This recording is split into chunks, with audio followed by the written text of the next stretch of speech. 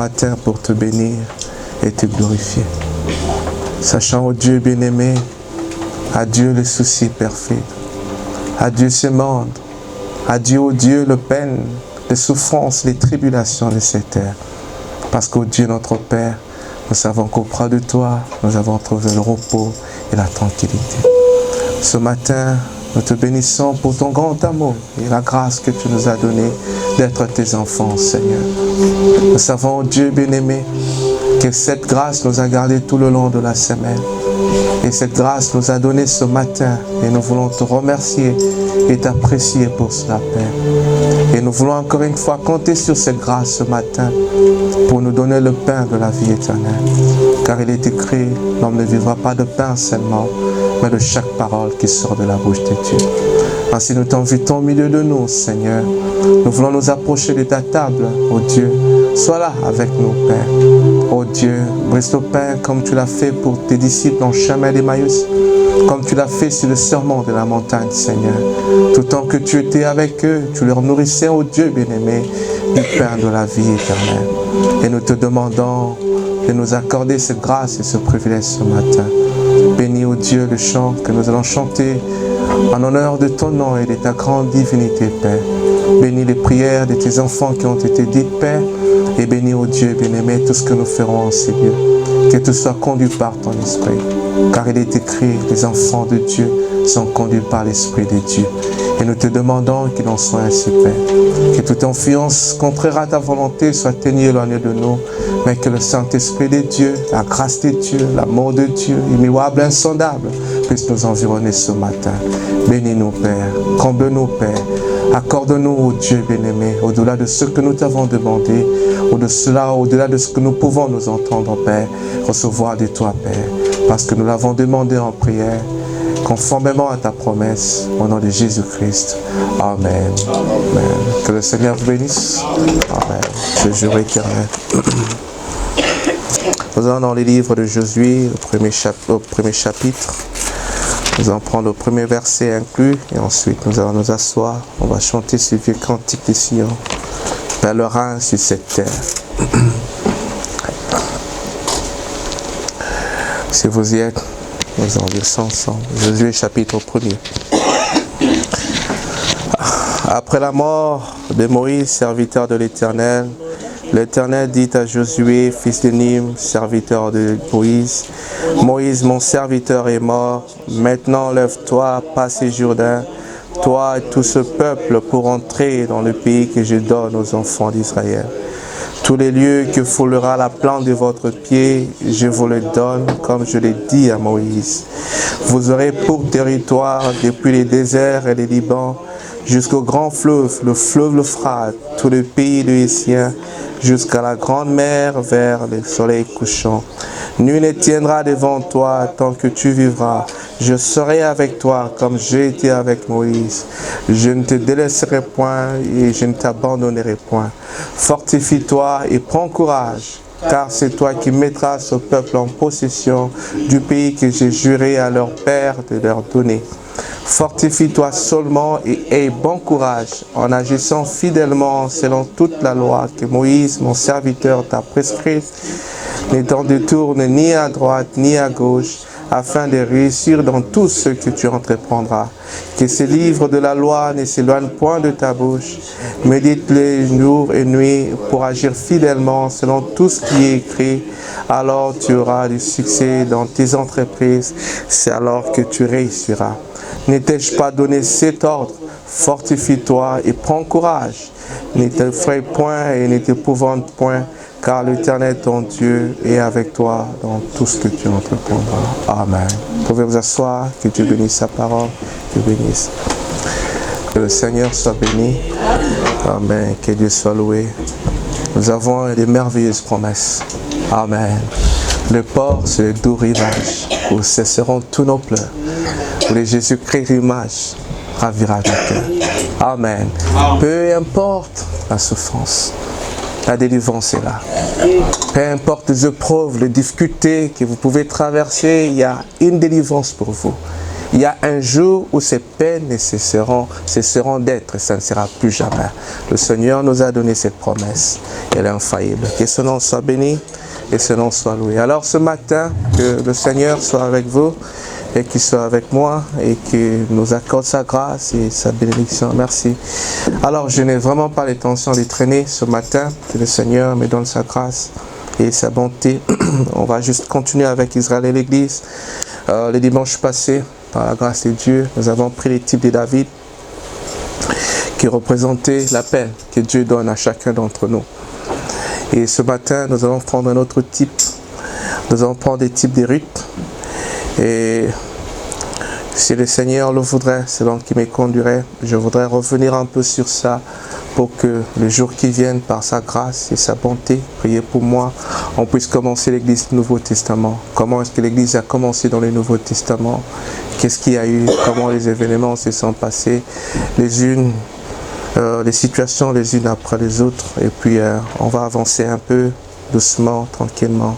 Donc, je ne voudrais pas courir. Je vais y aller lentement avec la grâce de Dieu et la miséricorde du Père. Alors, nous sommes en train de parler sur Israël et l'Église. Dieu les a fait sortir du pays d'Égypte pour les amener dans le pays du Canaan. Et nous avons dit que ce pays représente le lieu très saint quand nous comparons cela au temple de Salomon, ou plutôt à la tente de témoignage.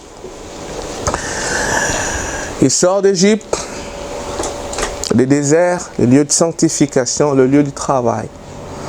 Ils arrivent à Canaan, le lieu de repos. Nous avons parlé dans leur sens, comment Canaan représente le repos et comment il ne représente pas le repos. Alors, ça représente dans les trois parties du temple ou la tente du témoignage, le parvis extérieur, le lieu saint et le lieu très saint. Alors, Canaan représente pour nous le lieu très saint et c'est ce dont on a parlé. Et le prophète nous apprend qu'une fois que Dieu vous appelle, quand Dieu vous sort du monde, il a un but. Vous ne devenez pas chrétien par hasard. Vous ne devenez pas chrétien par accident. Vous êtes chrétien parce que Dieu vous a appelé, parce que Dieu vous a prédestiné. Et Dieu ne vous sauve pas en vain. Dieu vous sauve dans un but. Il vous sauve pour une raison. Et Dieu voudrait accomplir cette raison dans votre vie. Alors, quand Dieu vous sort du monde, il vous sanctifie, il vous justifie, il vous amène à la sanctification et il vous amène à la troisième partie du chambre, dans ce compartiment où vous vivez avec lui, vous rentrez en communion avec lui, où le voile extérieur tombe derrière vous et vous êtes dans le voile intérieur et à l'intérieur, là, vous avez la communion face à face avec Dieu. C'est là où Frère Branham dit que la vie chrétienne devient un plaisir. La vie chrétienne, ce n'est pas un fardeau. Ce n'est pas une contrainte. C'est là où il explique le mont Sinaï comparé au mont Calvaire. Le mont Sinaï, c'était Dieu qui descend. Des tonnerres, des éclairs. Moïse, avec la table de la loi qui transporte, il vient leur donner des commandements. Tu ne mentiras pas, tu ne feras pas ceci et tu ne feras pas cela. C'était des corvées, des responsabilités, de poids lourds. Mais le Seigneur dit, venez à moi, vous tous qui êtes fatigués, chargés, et je vous accorderai du repos. Amen. Prenez mon joug et recevez mes instructions. Alors quand vous venez à Christ, quand il vous appelle, c'est pour vous donner le repos. Vous allez au calvaire, comme le prophète nous l'apprend, et la vie chrétienne, la justification commence au calvaire. Et le prophète dit, vous arrivez au calvaire, vous ne pouvez jamais rester le même. Et quand vous arrivez au calvaire, vous êtes transformé. Le calvaire, ce n'est pas un fardeau. Le calvaire, c'est une expérience qui vous transforme. Et la vie chrétienne devient une joie. La vie chrétienne devient un plaisir. Vous êtes content d'être chrétien. Vous ne priez pas par contrainte. Vous ne vivez pas la parole par fardeau. Et le prophète dit, vous ne l'êtes pas par crainte de l'enfer. Non. Vous ne faites pas les œuvres de Christ par crainte de châtiment. Non, vous le faites parce que vous aimez ça. C'est une partie de vous-même. Et vous ne venez pas à Christ pour fuir l'enfer. Non, vous venez parce qu'il vous a appelé. Et parce que ça fait partie de votre vie. Et vous avez été préordonné. à cela. Il dit ceci. Remarquez, chaque année, le souverain sacrificateur entrait dans cet endroit-là. L'assemblée les suivait. Et lorsqu'il entrait dans cette grande pièce où le voile tombait derrière lui, le parvis intérieur, le Saint de Saints, personne n'osait le suivre. En ce moment-là, il était seul avec Dieu. Quel beau tableau!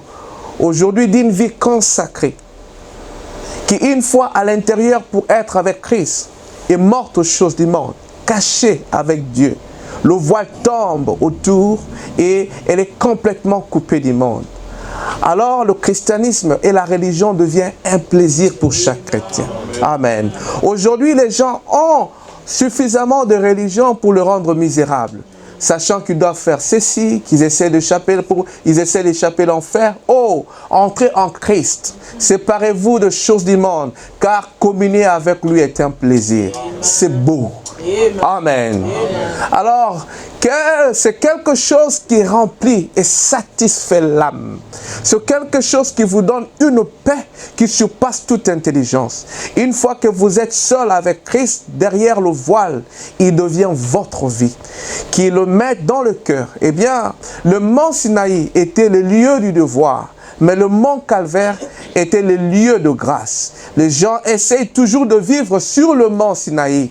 Si je vais à l'église, si je paye ce que je dois, si je fais ceci ou cela, si j'arrête avec ceci ou cesser de faire cela, ça c'est toujours le mont Sinaï. Lorsque vous arrivez à un point où vous êtes mort, amen, et que votre vie est cachée en Dieu par Christ, scellé du Saint-Esprit, toute la vie chrétienne devient un glorieux cri, un alléluia pour vous.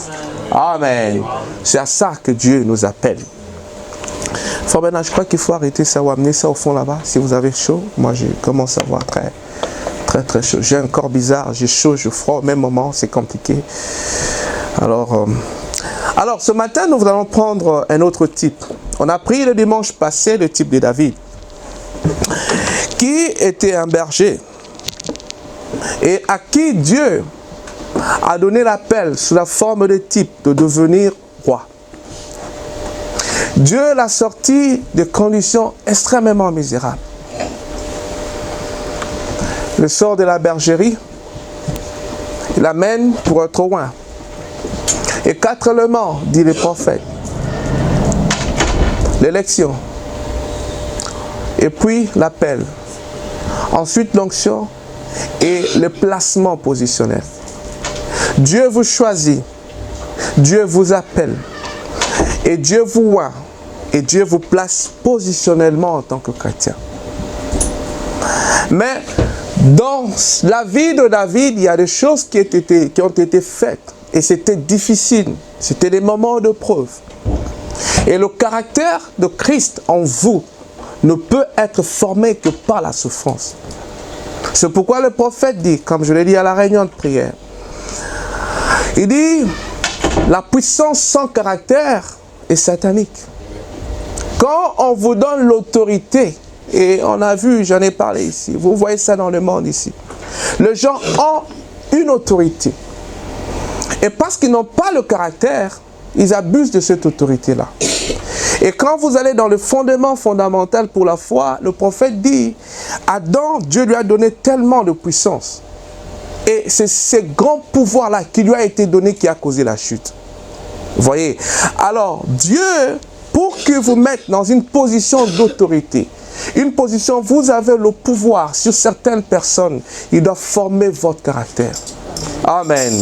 Si Dieu ne forme pas votre caractère, vous allez maudire tout le monde. Vous allez tuer tout le monde. Vous n'allez pas accepter que les gens s'opposent à vous. Vous n'allez même pas accepter la correction parce que vous êtes roi. C'est la raison pour laquelle vous voyez dans la vie de David, quand il a péché, avec l'affaire de Bathsheba, Nathan, le prophète, est allé vers lui, il lui a donné la reproche, David s'est humilié. Mais quand Saoul a péché, par désobéissance à Dieu, et Samuel le prophète est allé vers lui, il lui a parlé de la parole de Dieu, de la part de Dieu, il n'a pas pu s'humilier. Et c'est ça la chose, mes bien-aimés. C'est pourquoi Dieu doit former votre caractère quand vous devenez un chrétien. Dieu ne peut pas vous donner toute chose, il ne peut pas vous donner toute la puissance. Non, d'une fois, non. Il doit former votre caractère. Et pour former votre caractère, il vous fait traverser des moments difficiles. Il vous fait traverser des étapes, des épreuves, des circonstances où vous devez développer en vous la nature de Dieu. Et enfin, Dieu vous placera à la place qu'il voudrait, selon qu'il le pense. Alors, ce matin, nous allons prendre Ruth, la Moabite, comme type de l'église. Je ne vais pas traîner, je crois que le Seigneur m'accordera à ne pas le faire, ce n'est pas mon intention. Ruth, comme nous le savons, c'est une païenne, du pays de Moab. Et pour que Ruth vienne en Israël, il y a là-bas une circonstance. C'est que Elimelech, avec sa femme Naomi et ses 2 fils, sont allés dans le pays de Moab à cause de la faim. Encore une fois, le prophète nous apprend et insiste sur le fait qu'Israël doit rester dans le pays des promesses, peu importe les circonstances. Vous devez rester au pays des promesses, peu importe les circonstances. Elimelech sort et il va dans le pays des Moab parce qu'il avait faim. Et quand il arrive là-bas, les troubles arrivent. Et puis la maladie vient, vous connaissez l'histoire, il meurt. Mais quand il était là, ses fils ont épousé 2 filles, Orpa et Ruth. Alors quand le deuil est fini, ensuite Naomi apprend que dans le pays d'Israël, là, Dieu a visité son peuple, qu'elle devait rentrer. Elle a dit au revoir à ses belles filles. Restez ici. Vous êtes chez vous. Vous vous sentirez bien ici. Vous avez des prêtres ici. Vous pouvez adorer ici. C'est confortable. Restez ici. Elles ont pleuré. Et puis à un moment donné, elles ont dit non, nous allons partir avec toi. Nous allons partir avec toi. Naomi dit non, restez, restez mes filles. Orpa dit ok. Je crois que c'est une bonne idée, moi je reste. Mais Ruth s'est accrochée à Naomi. Elle a saisi Naomi par la main. Elle a saisi Naomi par son cœur. Elle a dit non, je vais aller. Partout tu iras, je vais aller avec toi. Ton Dieu sera mon Dieu. Ton peuple sera mon peuple. Ton pays sera mon pays. Où tu demeureras, je demeurerai. Où tu seras enterré, j'y serai enterré. Que l'Éternel mettrait dans toute sa rigueur, si toute autre chose que la mort ne me sépare de toi. Le prophète nous dit, ça c'est le type d'une église. C'est le type de l'église de gentils d'abord en général. Et c'est le type de l'appel que Dieu donne à chacun d'entre nous. Et quand nous rentrons dans Moab, nous savons l'origine de Moab. Moab signifie la sémence du Père. Lot, avec ses 2 filles. Après la destruction de Sodome et Gomorrhe, ils vont, et puis il y a des filles qui se rendent compte, non, il n'y a pas d'hommes dans les contrées, elles vont rester sans enfants, elles enivrent leur père, et puis ils vont avec leur père. Le premier vient en donnant le nom de Moab, la sémence du père. Et puis l'autre vient et devient Ammon, les Ammonites, le père des Ammon. Donc vous prenez l'origine de Ruth, une païenne, tout à fait païenne, sortie d'une relation d'inceste, d'une abomination selon la loi de Moïse, selon les commandements de Moïse. C'était une chose qui ne pouvait pas être faite en Israël. Il serait lapidé. Et cet enfant qui naissait là n'avait pas droit à aller adorer dans les temples jusqu'à la 10e génération. Exclu de la présence de Dieu, parce qu'il est venu par inceste. Mais Dieu appelle Ruth, qui est une femme, qui représente une église. Et quand Dieu l'appelle, le prophète dit, il y a eu 4 stationnements dans la vie de Ruth. La première, c'était la décision de Ruth. La deuxième, c'était le travail. La troisième, c'était le repos. Et la quatrième, c'était la récompense que Dieu lui a donnée. Ruth sort avec sa croyance et tout ce qu'elle était et tout ce qu'elle pouvait être. Elle commence le voyage avec Naomi. Et quand elle traverse ce voyage-là, elle décide d'abord au-dedans d'elle de partir. Or, pas aussi c'est décider, mais de rester. Chacune d'entre elles a pris une décision. Et la décision de chacune d'entre elles déterminait le destin qui leur était réservé. Et je lisais un livre, à un moment donné, c'est pas moi un livre, selon le juif. Il croit que Ruth est partie et il a eu effectivement Obed, Isaïe et David. Et les Juifs disent que Orpa est partie et s'est mariée chez les Philistins. Elle a fait des enfants et de cette génération-là est devenue aussi Goliath. Ça, ce sont les Juifs, ce n'est pas Frère Branham qui les dit. Justement pour vous dire que lorsqu'elles se sont décidées, elles ont pris un chemin, un autre chemin, il y avait un dessein qu'elle était en train d'accomplir. Mais ici, ce qui nous intéresse, c'est la vie de Ruth, qui était le type de votre vie, le type de ce que l'Église, que Dieu a appelé. Alors, la première des choses dans la vie chrétienne, c'est une décision. Et la décision a une place fondamentale dans la vie chrétienne. Amen. Vous prenez vous-même la décision. Encore une fois, le libre arbitre. Vous vous décidez par vous-même, votre propre consentement. Dieu ne vous pousse pas. Et Frère Branham dit, Dieu ne vous contraint pas. C'est le diable qui vous contraint. Dieu ne vous oblige pas. Il s'attend à ce que ce soit votre propre volonté. Et Ruth, par son consentement, elle a dû abandonner le paganisme. L'idolâtrie des divinités païennes, elle a dû abandonner cela. Quoique son origine était ce qu'elle était, mais elle a dit, je vais quand même aller avec toi. Naomi lui dit, écoute ma chère, ça ne sera pas facile de l'autre côté. Mais sa décision, sa détermination, Frère Branham dit qu'elle avait une décision tranchée, une décision pure, une décision claire, je pars. Peu m'importe ce qui m'arrivera. Elle ne savait pas ce qui lui arrivera en chemin. Mais il y avait dans sa vie une profondeur, appelée la profondeur de Dieu. Il y avait dans sa vie une profondeur appelée la profondeur de grandeur. Comme dans la vie de David, il y avait une profondeur, la profondeur royale. Et quand ce soif-là, Dieu place ça dans Ruth, il n'y a rien qui pouvait satisfaire ça. Amen. Elle attend la voix de Naomi qui lui dit, je rentre dans ces pays-là. Dans mon pays, regarde. Dans mon pays, regarde. Dans mon pays, regarde. Dans mon pays, il y a ceci, il y a ceci, il y a ceci. Tout ce qu'elle a entendu a créé une faim, une soif en elle. Elle a dit, non, non, je vais aller. Je vais aller, je vais aller. Il lui dit, mais on va te regarder avec mépris. Il dit, peu importe, même si on me regarde avec mépris. Mais tu es une Moabite. Il dit, peu importe, je sais. Et Frère Branham dit, cette décision l'a justifiée. Amen. Ça l'a rendu juste. Le fait qu'elle décide de suivre Naomi, de quitter le pays de Moab et de quitter l'idolâtrie qui était dans son pays, elle a été justifiée. C'est la première étape, la justification par la foi. Alors, elle vient. Je ne sais pas s'il y avait un courant, je ne sais pas. Elle traverse le courant d'eau. Avec Naomi, ils entrent dans le pays des promesses.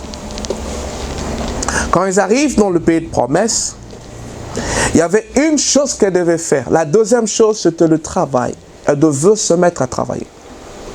Naomi, vieille, on ne sait pas de quel âge, on ne sait pas, ne pouvait plus aller travailler, mais Ruth devait aller travailler à sa place pour pouvoir avoir de quoi nourrir sa belle-mère ou de quoi vivre ensemble.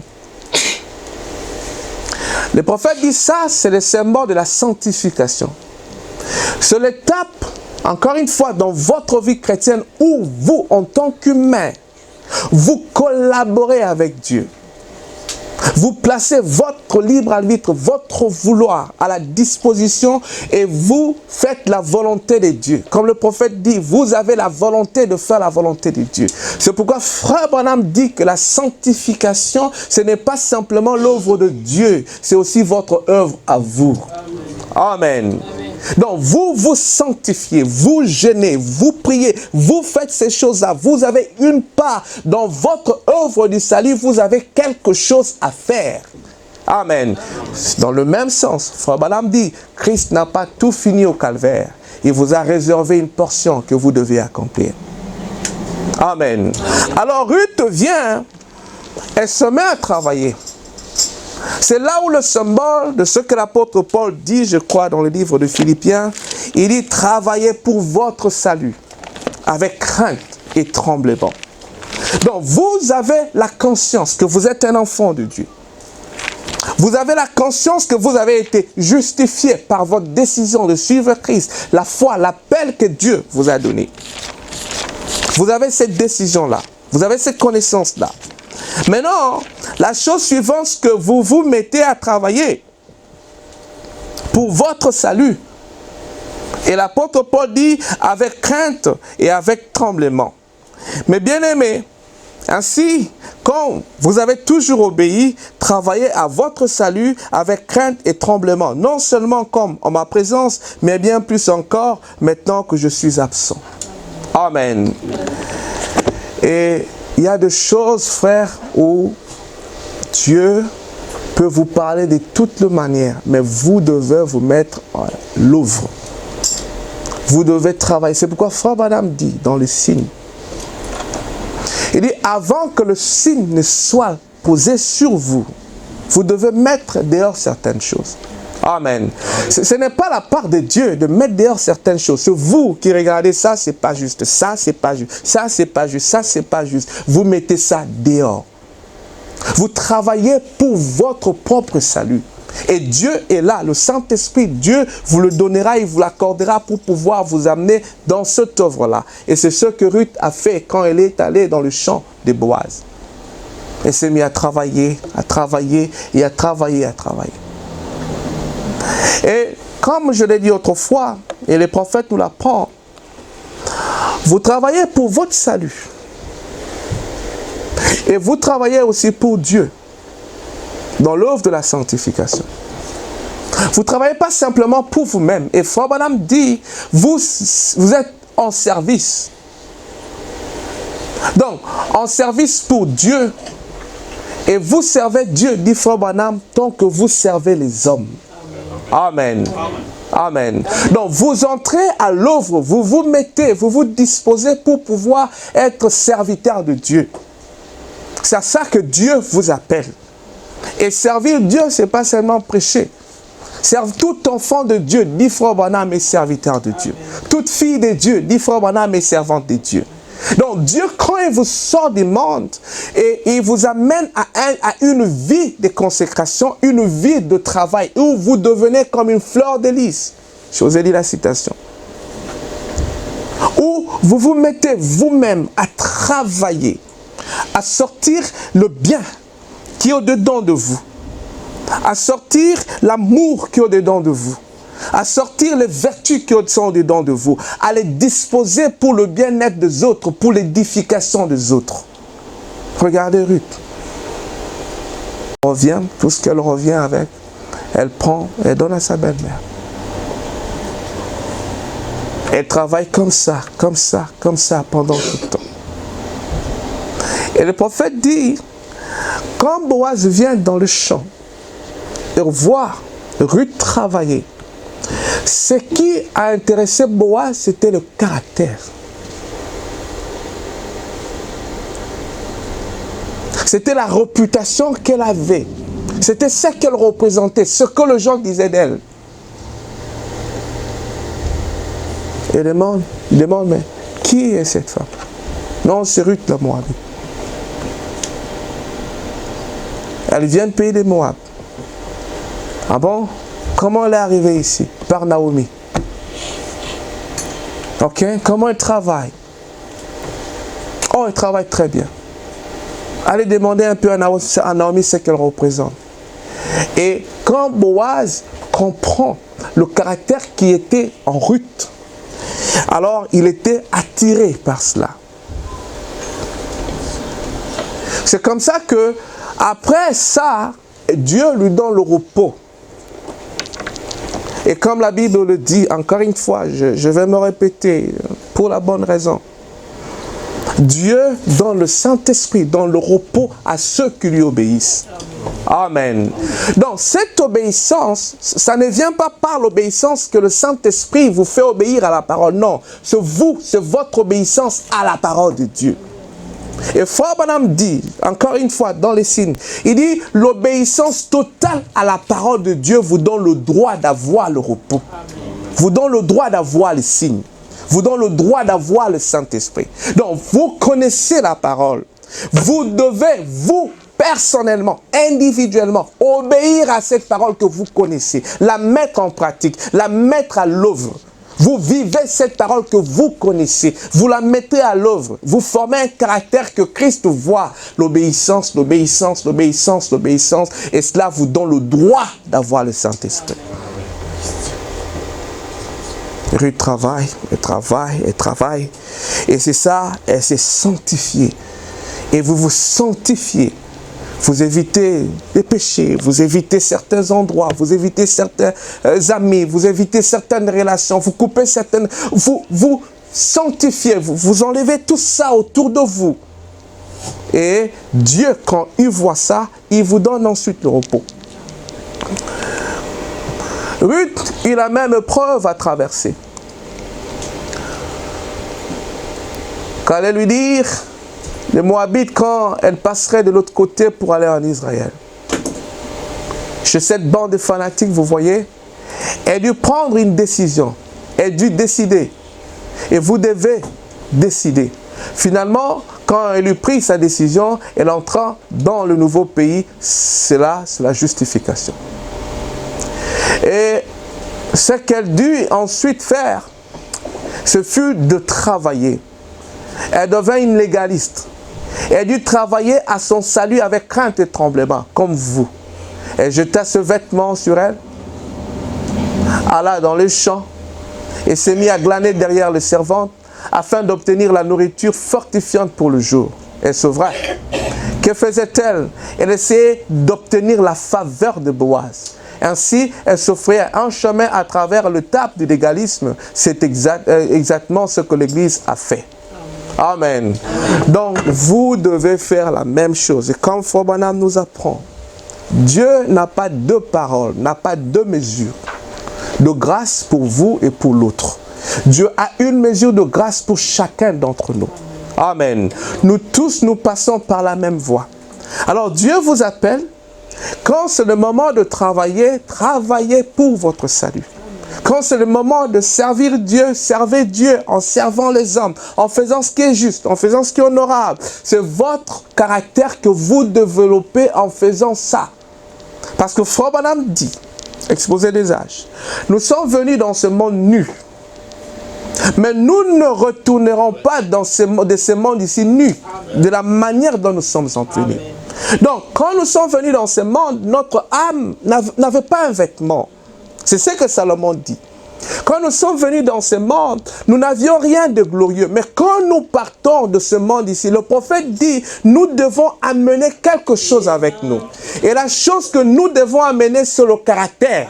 Amen. Le caractère semblable à Christ. C'est le caractère de la parole. Alors c'est en obéissant à la parole, en travaillant pour la parole, que vous formez au-dedans de vous ce caractère qui va vous amener de l'autre côté. Vous voyez mes bien-aimés, et ça, sachez-le, c'est votre part, c'est votre responsabilité. Et Dieu a le Saint-Esprit, et Dieu a sa parole pour pouvoir vous aider. Dieu a ses anges pour pouvoir vous aider à travailler dans ce sens-là.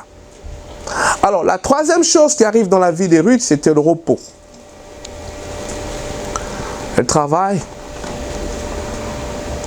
Boaz vient, il dit, écoute, comment... elle est, on dit tous les commentaires qu'elle était. On dit d'accord, c'est bon. Et Naomi lui dit, écoute, maintenant, repose-toi. Repose-toi parce que lui, il est proche parent de mon mari, d'Elimelech.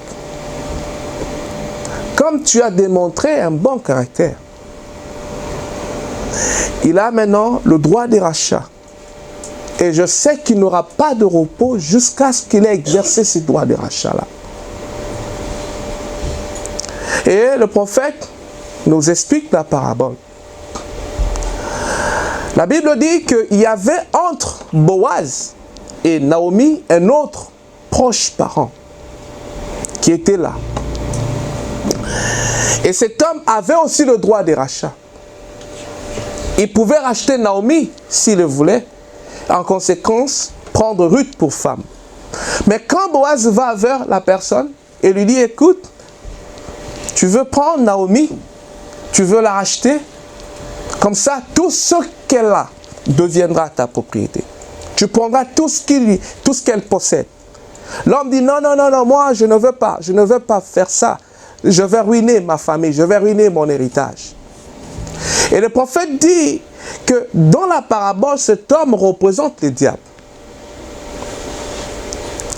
Il dit, le diable est notre premier proche parent. Amen. Nous sommes nés dans le péché, conçus dans l'iniquité. Quand nous sommes venus dans ce monde, frère, il y a tout pour que le diable puisse travailler au travers de nous. Nos corps ici, nos pensées souillées, notre âme et tout ce qui est en nous, c'est proche parce que ça vient de la sueur du péché. Ça vient de la corruption du péché, de la chute, ça vient après la chute. Et Frère Branham dit, peu importe la maison dans laquelle un enfant peut naître et grandir, le jour qu'il écoutera pour la première fois la musique du monde, cela va l'attraper. Parce qu'il y a une profondeur là, cette nature-là en cet enfant-là. En chacun de nous, il y a cette nature-là. Maintenant, le diable étant notre proche parent, et il ne pouvait pas mourir pour nous. Cet homme dit, non, non, je ne peux pas racheter Ruth, plutôt Naomi, et prendre un héritage Ruth, parce que je veux nuire mon héritage. Le diable étant notre proche parent, il ne pouvait pas mourir à notre place. Il ne pouvait pas se donner la mort, parce qu'il n'avait pas en lui la puissance de la résurrection. Amen. Comment le diable pouvait mourir, et s'il meurt, revenir à la vie? Alors, quand la question de la rédemption de l'homme était posée, il ne pouvait pas prendre ça en responsabilité. Et s'il prenait ça en responsabilité, qu'est-ce qui deviendrait les démons? Qu'il a séduit, tous ces anges-là, qu'il a séduit et qui les a amenés dans sa rébellion contre Dieu. Alors, il a refusé de prendre cette responsabilité-là. Maintenant, Christ, qui représente Boaz, notre propre parent, c'est lui qui devait venir et pouvoir nous racheter. C'est comme ça que Boaz dit, bon, comme tu ne peux pas racheter Naomi, viens, je vais te prendre en témoin. Je vais prendre les gens de la ville en témoin. Et aujourd'hui, rejette ton droit de rachat. Et moi, je vais prendre pour moi Ruth la Moabite. Et je vais racheter Naomi et je prendrai Ruth la Moabite pour ma femme. Alors, le prophète dit, la troisième étape, c'était le repos qui était donné à Ruth. Après la justification, la sanctification, le baptême du Saint-Esprit vous être donné. Et Frère Branham dit, tant que vous n'avez pas le Saint-Esprit, vous êtes un homme, une femme en voie d'être un chrétien. Amen. Amen. Et le Seigneur Jésus-Christ a dit, tant que vous n'avez pas le Saint-Esprit, vous n'êtes pas affermi. Amen. Amen. Il a dit à Pierre, quand tu seras, converti, quand tu seras converti, affermis tes frères. Amen. C'est là le lieu de repos où vous vous reposez de vos œuvres. Et Dieu commence à faire ses œuvres au travers de vous. Ce ne sont plus vos œuvres, ça devient les œuvres de Dieu. Autrement dit, la parole de Dieu prend vie en vous. Comme l'apôtre Paul le dit, c'est plus moi qui vis, c'est Christ qui vit en moi. Et ça, c'est fondamental, le lieu de repos. Et l'apôtre Paul dit, vous entrez dans son repos, dans le livre aux Hébreux. Vous vous reposez de vos œuvres de la même manière que Dieu se reposait des œuvres de la création. Après qu'il a créé 6 jours, le 7e jour, Dieu n'a plus rien fait. Il a dressé toute la responsabilité à Adam. Dieu est allé se reposer. Et Adam a fait toute autre chose. De la même manière, quand vous venez, vous entrez dans le repos, dans le Saint-Esprit, vous vous reposez de vos œuvres. Et le prophète dit, vous vous reposez sur les promesses de Dieu. Amen. Amen. Vous vous reposez sur la parole. Vous ne vous reposez pas sur autre chose. Parce que toute autre chose est sable mouvant. La philosophie, la théologie, les dogmes et toute autre chose, c'est du sable mouvant. Toutes vos pensées, tout ce que vous pouvez vous imaginer, ça ne tiendra pas. Le seul lieu de repos que vous avez, c'est dans les promesses de Dieu. Amen. Vous croyez les promesses, vous vous reposez sur ce promesse-là et la vie de ce promesse, la vie de cette parole-là commence à sortir en vous. Et ce ne sont plus vos œuvres, ce n'est plus vous qui vivez, mais ce Christ qui vit en vous. Amen. Comme on l'a dit à la réunion de prière, vous gardez les œuvres de Christ. Et au travers de vous, Dieu agit, Dieu les œuvres coulent, Dieu parle, Dieu se manifeste et Dieu se glorifie.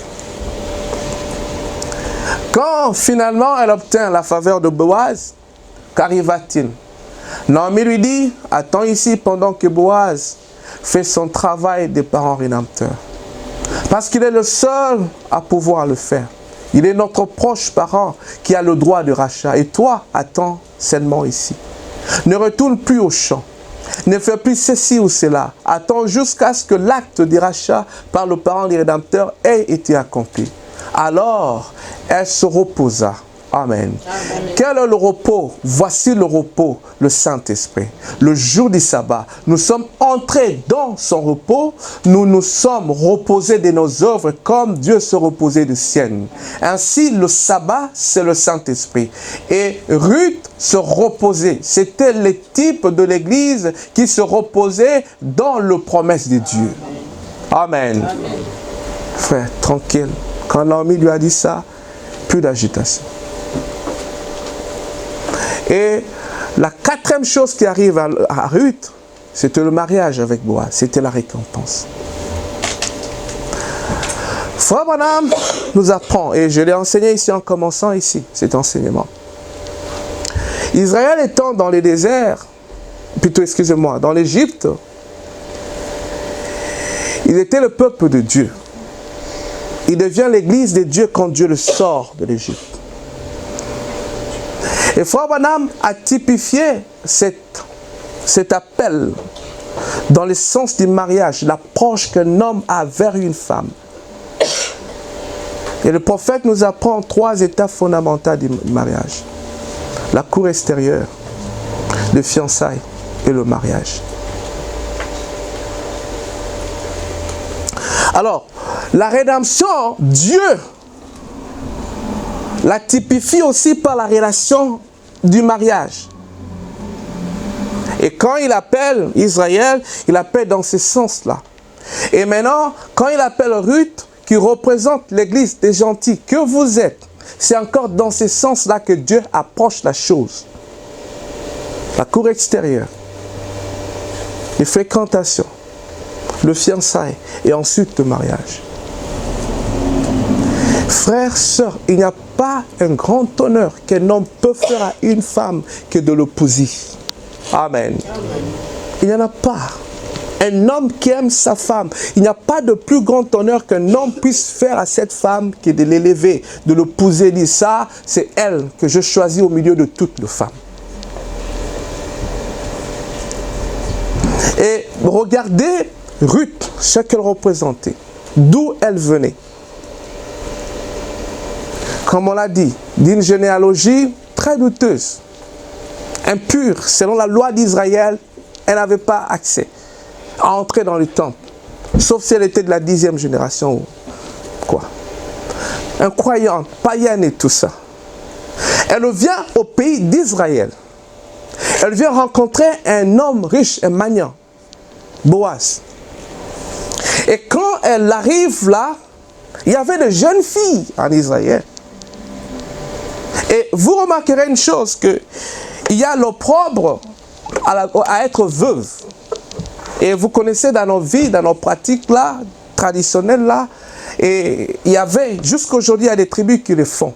Quand une femme perd son mari, on lui donne certaines punitions, une certaine façon de vivre, on doit la laisser à un certain endroit, et jusqu'à ce que 40 jours soient passés, et puis on va la nettoyer, la laver ou n'importe quoi. Et toutes ces traditions sont liées à l'opprobre d'une femme de perdre un homme. Mais ici, Ruth, ce n'était pas une vieille femme qui a perdu un vieil homme. Ruth, c'était une jeune femme qui a perdu un homme qui était jeune. Alors son opprobre était encore plus grande parce que, étant jeune, elle a perdu son mari. Maintenant, avec cet opprobre, au lieu de rester dans son pays, elle ne reste pas dans son pays. Elle vient dans un pays où elle était étrangère, où elle était méprisée sur tous les aspects. Elle était étrangère, aliénée aux promesses, à tout ce qui était glorieux d'Israël. Elle était aliénée, rien ne pouvait lui être donné. Mais quand elle arrive dans ce pays-là, elle rencontre Boaz, et Boaz maintenant l'amène pour la choisir et faire d'elle son épouse. Frère, c'est le plus grand honneur, c'est la plus grande récompense qui ait jamais existé. Amen. C'est la plus glorieuse gloire qu'une femme puisse avoir, c'est d'être épousée. En dehors de ça, il n'y a plus rien, frère. Pourquoi? Parce qu'elle partagera la gloire de cet homme-là. Ce qui est l'homme, c'est ce qu'elle est.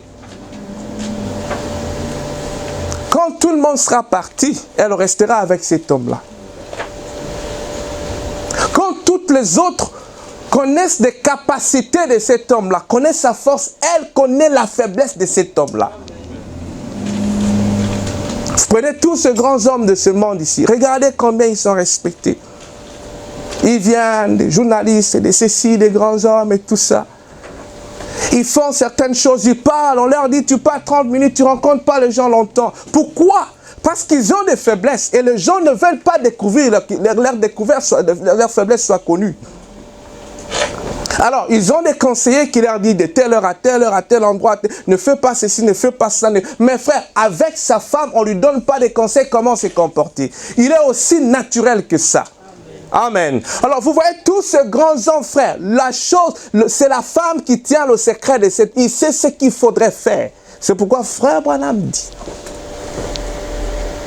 quand une femme écrit à son mari, je te quitte, il dit c'est fini pour cet homme-là.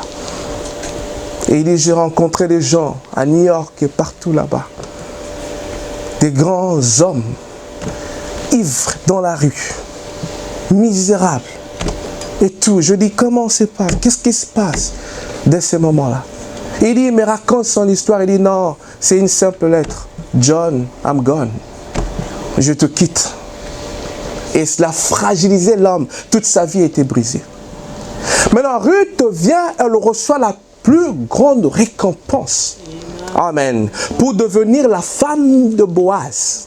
Même Naomi n'a pas été aussi honorée que Ruth elle-même l'a été. Frère, c'est ça être un chrétien. C'est à cet appel que Dieu nous appelle. Dieu nous sort, vous sort de votre condition de péché. Né du péché, conçu dans l'iniquité, et le prophète dit, venant dans ce monde, proféra les mensonges. Des dieux étrangers, de païens, étrangers aux promesses de Dieu. Mais Dieu vous appelle, il vous sort, il vous donne le plus grand amour qui puisse jamais exister. La plus grande forme d'amour qui ait jamais existé, c'est l'amour qu'un homme a envers sa femme. Ça, c'est le psychologue qui le dit. Le scientifique dit, ça, c'est la plus grande forme d'amour. Alors Dieu vous appelle, il vous sort du monde. Votre âme, votre vie et votre nature et tout ce que vous êtes, corrompu comme Ruth, mais Dieu vous appelle pour vous sortir et vous élever dans la position la plus grande et la plus haute qui puisse jamais exister. D'être l'épouse de Christ. C'est pourquoi Frère Branham dit, si Dieu vous sauve, vous êtes l'homme le plus heureux de la terre. Amen. Frère, vous êtes la femme la plus heureuse de ce monde. Parce qu'il n'y a pas de rang aussi élevé que ça. Que le Dieu créateur de l'univers, le Dieu tout-puissant, qui prend une âme faible, pécheresse comme la vôtre, qui la lave, qui la sanctifie, qui l'épure, et tout ça, qui l'élève au point de partager sa propre gloire. Il n'y a pas plus grand que ça, frère. C'est à ça que Dieu vous a appelé. C'est à ça que Dieu nous a appelés. C'est ça, devenir un chrétien. Et quand vous comprenez ces choses, vous avez un but. C'est d'atteindre ce niveau-là. Un but, c'est de vous asseoir sur ce trône-là. Un but, c'est de partager la gloire de Christ. Quand il sera là, dans ce règne-là, vous voulez vous asseoir à ce trône-là, partager cette gloire avec lui. C'est le seul but que vous avez dans cette vie ici. Et vous pouvez voir ça dans la vie d'Esther. La reine Vachi désobéit au roi. Le roi dit viens. Elle dit non, je ne viens pas. Oh. Dit roi. La reine a dit qu'elle ne vient pas. Oh, comment ça? Allez lui dire, le roi a dit que la reine vienne, qu'elle paraisse devant les hommes. Elle dit, allez dire au roi que la reine a dit que je ne viendrai pas. Comme on a parlé les vendredis à la réunion de prière. Elle a désobéi à l'autorité du roi. Elle dit, ah, ok. Je vais frapper. Les conseils s'assoient, on dit, roi, jamais, on ne peut pas la laisser comme ça. On doit la déchoir. Sinon, toutes les femmes du royaume apprendront à ne plus respecter leur mari. C'est fini. L'édit du roi, divorce, Vachi va-t'en. Quel opprobre. Elle devait prendre ses affaires du palais, sortir du palais royal, aller dans un village, je ne sais pas où là, pour devenir une reine rejetée. Et on lance l'édit et dit, écoutez, on va prendre une femme pour le roi. Alors, le message parcourt et tout ça, vous connaissez l'histoire, je promets de ne pas être long. La compétition commence. Encore une fois, l'appel est lancé. C'était pour s'asseoir au trône, partager la gloire du grand roi. Et sur le chemin, elle devait travailler leur corps, leur beauté, tout ce qu'il y avait. Et on leur a offert tout ce qu'elle pouvait. Vous arrivez à une chambre, vous avez la liberté de choisir tout ce que vous voudrez. Tout ce que vous voulez. Et ce jeune fille qui venait, belle et tout, elles arrivaient, quand elles étaient arrivées là, frappées par l'abondance de biens qui étaient là, elles prenaient tout. Peut-être que je ne reviendrai plus. Ça, c'est peut-être ma dernière chance. Laissez-moi m'enrichir maintenant. Si le roi me rejette, dis-moi, je sais ci, je cela, je sais ci, je cela. Je pourrais enrichir ma famille avec telle autre chose. Elle amasse. Mais Esther avait un tuteur, Mardoché, qui lui dit, n'aie pas dans ta pensée autre chose que le roi lui-même.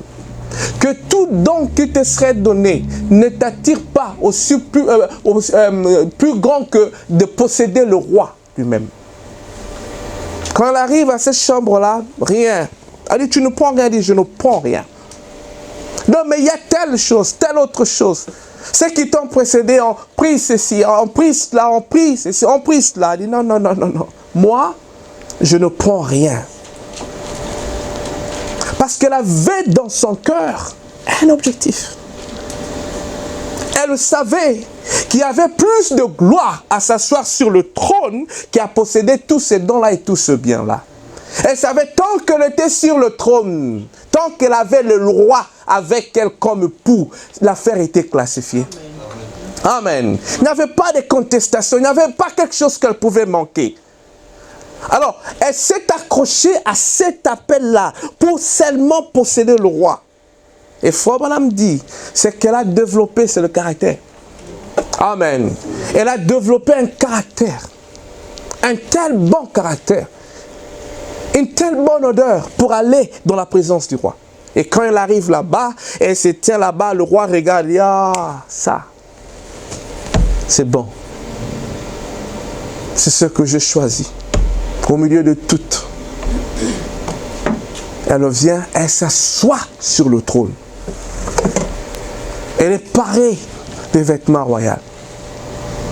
C'est pourquoi vous verrez, quand elle était là, et qu'un complot se fait contre le juif, parce qu'elle était sur le trône, elle pouvait dire au roi ce qu'elle voulait. Frère, devenez un chrétien. Amen. Vous direz à Christ et il fera votre volonté. Amen. Comme le prophète le dit. Jésus a dit, si vous dites à cette montagne, Vous ne doutez pas. Il dit, si vous le doutez, si vous le dites, il dit, rien n'est impossible à Dieu. Il dit, rien ne vous est impossible aussi. Amen. Amen.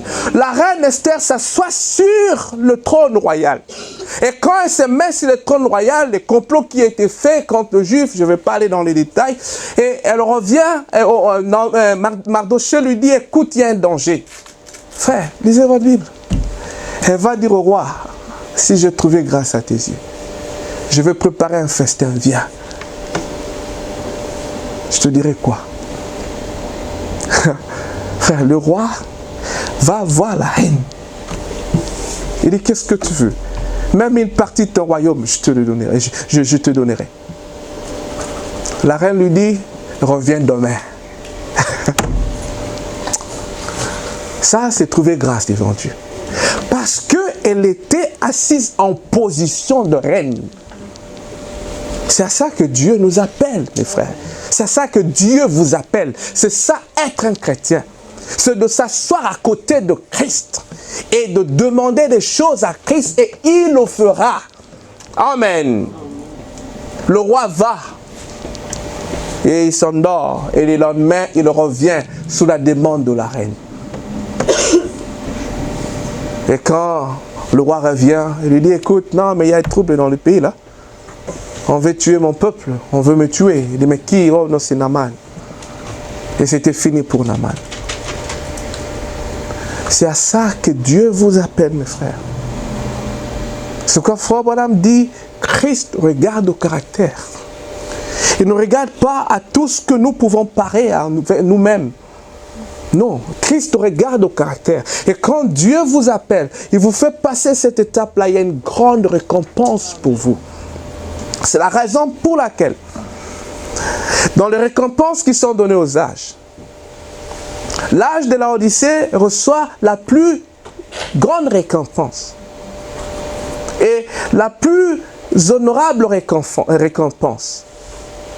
Parce qu'il est dit dans cet âge-là, celui qui vaincra, ça sera avec moi sur le trône. Comme moi j'ai vaincu, je suis assis sur le trône de mon Père. Amen. Et Frère Branham dit une chose remarquable. Il dit, vous remarquez que les récompenses qui sont données aux âges, le premier âge reçoit la récompense, le deuxième reçoit la récompense du premier et du deuxième. Le troisième âge reçoit la récompense du premier, du deuxième et du troisième. Et ça va ainsi de suite. Et la septième récompense pour le septième âge s'accompagne de toutes les 6 autres récompenses. Amen. Frère, quelle grande bénédiction. Amen. Que Dieu nous ait appelés à ces choses. Disons cela pour finir.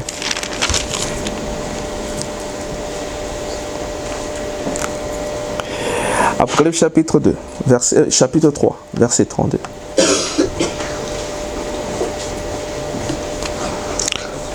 Il dit, celui qui vaincra, quand le Seigneur était sur la terre, il a dit, Père, glorifie-moi de la gloire que j'avais auprès de toi avant que le monde ne soit. Et que vous aussi, vous soyez glorifiés de la même gloire.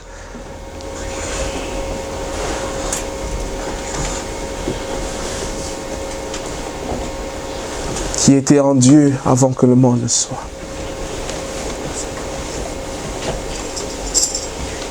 Ma soeur, c'est pour ça que Dieu t'appelle. Le monde ne peut rien t'offrir. Rien, mon frère. Flirter avec le monde, rester indécis. Non. Non, bien-aimé. Douter de la parole, non. Désobéir à la parole, vous connaissez le bien, vous ne voulez pas le faire, frère, ça ne donnera pas le droit au signe. Il y a meilleure chose que ça. Et Dieu vous appelle à ça. C'est ça la pensée de Dieu pour vous. Pensez à Ève dans le jardin d'Éden. Quelle gloire, quelle gloire il avait. Pensez à Christ, notre Rédempteur. Pensez à notre Boaz. Vous, être avec lui. Marcher avec lui, vivre avec lui. Oh frère, il n'y a rien de glorieux que ça.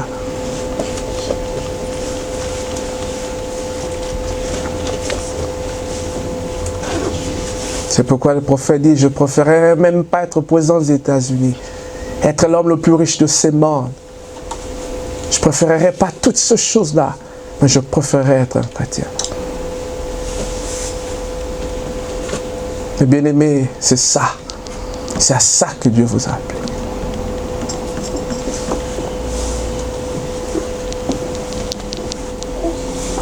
Dieu bien-aimé,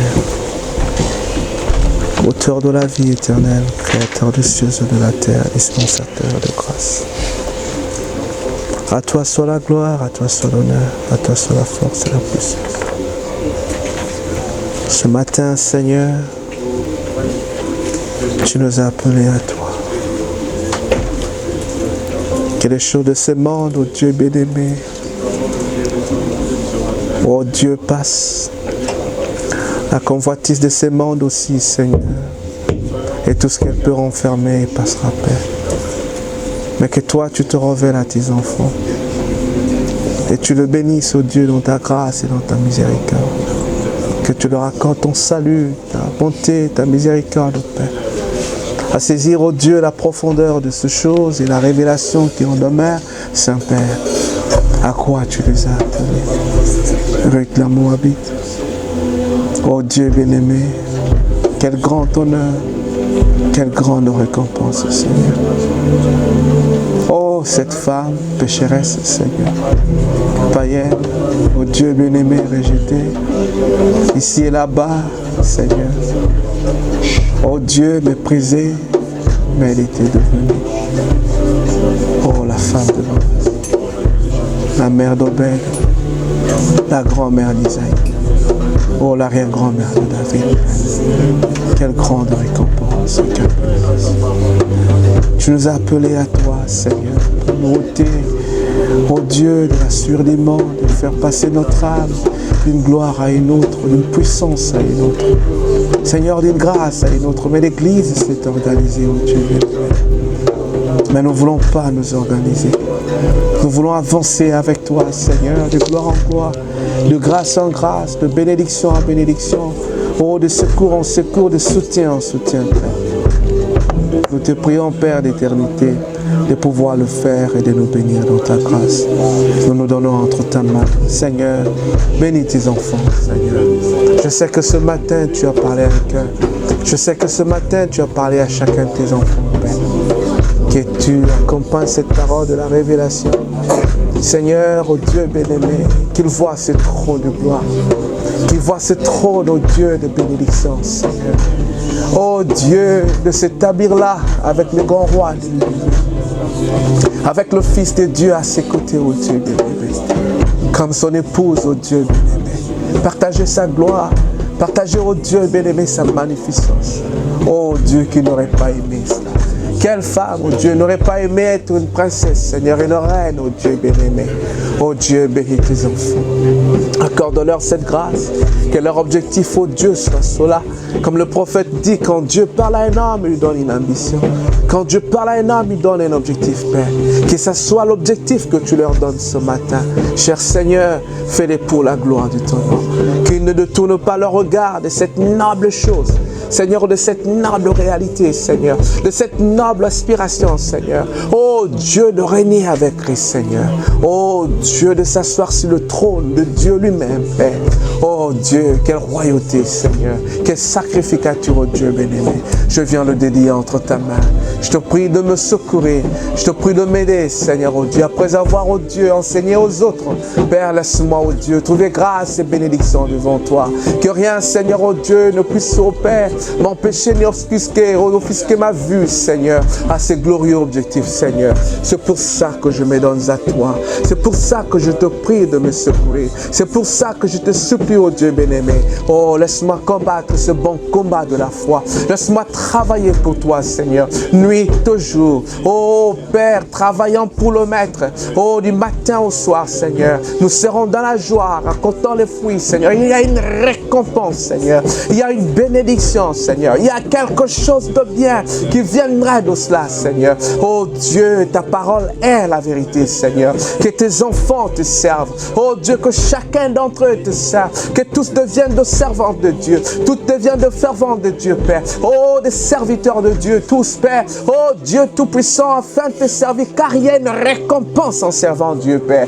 Oh, tu n'es pas, Seigneur, oh Dieu.